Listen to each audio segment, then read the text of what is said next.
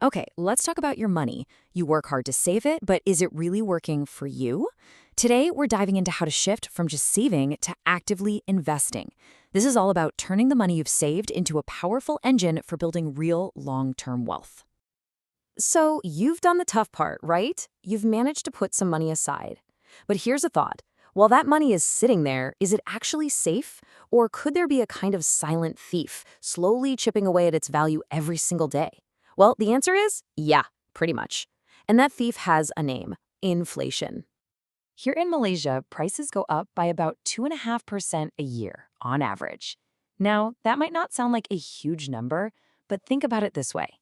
RM $10,000 you have tucked away today could have the buying power of less than $7,800 in just 10 years. It's a simple but absolutely crucial reality. To actually get ahead, your money has to grow faster than inflation. Otherwise, you're basically running on a treadmill, slowly losing ground. And that, my friends, is exactly where investing comes in. It's the engine for your financial growth. Instead of just letting your money sit there, you put it to work. You use it to buy assets, things like stocks or bonds, that have the potential to grow in value. Honestly, it's the most powerful tool you have to beat inflation and really build the future you want. So, here's our game plan. First, we'll tackle the big why. Then, we'll get practical and talk about setting goals. After that, we'll get a handle on risk versus reward, explore all your options, and finally, wrap it all up by showing you how to build your very own investment plan. All right, first up, why bother investing at all? The simplest way to think about it is this. Saving is for your short-term needs, like an emergency fund. But investing, that's for your long-term dreams. Buying a home, paying for an education, or just making sure you have a comfortable retirement. It is the bridge from where you are now to where you want to be. So, where on earth do you start? Well, you start by setting goals. This is your financial blueprint. I mean, you wouldn't build a house without a detailed plan, right? The same goes for your money. You shouldn't invest a single ringgit without knowing exactly what you're trying to achieve. Your goals give every single decision a purpose. And what do these goals look like in real life? Well, they're probably the big life milestones you're already thinking about. Planning for your golden years, saving up for your kids' education, aiming for that dream house. Whatever it is, your specific goals are what will shape the perfect investment strategy to get you there. But how do you make a goal something you can actually work towards? That's where the SMART framework comes in. It's such a simple but incredibly powerful way to turn a vague wish into a real actionable target. It basically forces you to get super clear on what you want, how you'll measure your progress, and exactly when you plan to hit that target. Let's look at what this looks like in the real world. A vague goal is, I want to save for a car. Okay, nice thought. But a SMART goal? That's a plan. I will save 15,000 ringgit for a car down payment by the end of 2027 by putting aside 500 ringgit a month. See the difference? That's the kind of clarity that actually gets you results. Okay, now for what is maybe the single most important concept in all of investing: risk versus reward. It's the fundamental trade-off. There is just no such thing as a guaranteed high return without taking on some risk. The key is to understand this relationship so you can make choices you're comfortable with. Let's think of it like a ladder. At the very bottom of the ladder, the first rung, you've got your safest options: cash, fixed deposits. Your money is about as secure as it can get. The catch? The returns are often so low they might not even beat inflation. This is all about preserving your money, not necessarily growing it. Moving one step up the ladder, we find bonds. When you buy a bond, you're basically lending your money to a government or a big company.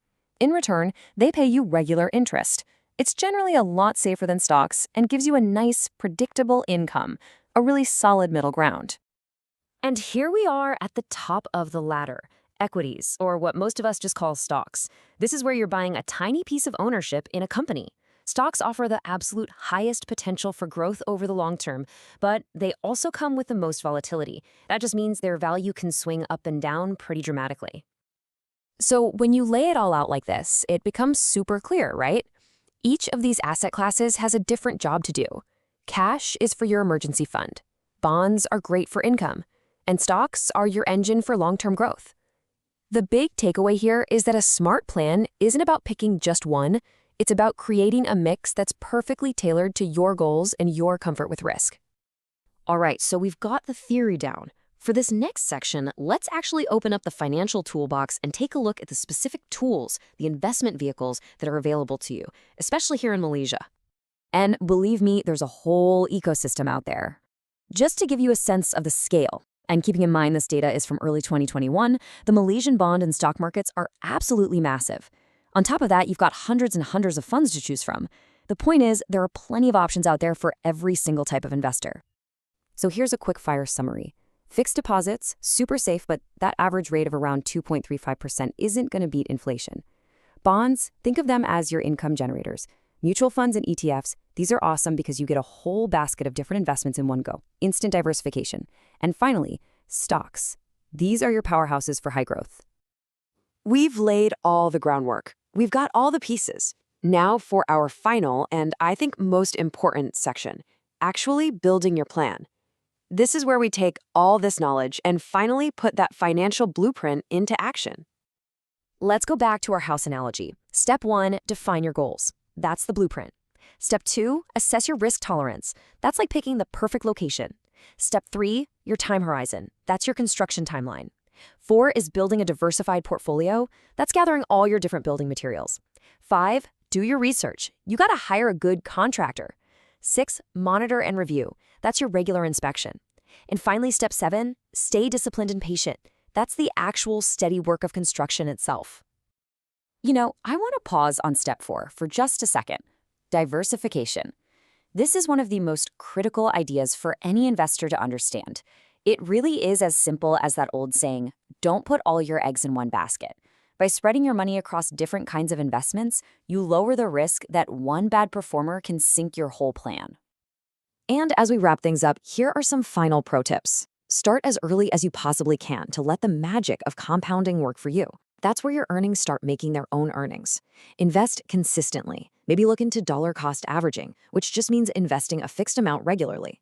Always have an emergency fund to set up first. Watch out for high fees. They can really eat into your returns. And most importantly, never stop learning. So we'll end with this one simple question.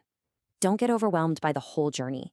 Just think about one small, totally manageable thing you could do today, right now. Is it writing down one SMART goal? Is it researching one mutual fund? Or maybe it's just opening an investment account. Whatever it is, taking that very first step is the most important one you will ever make.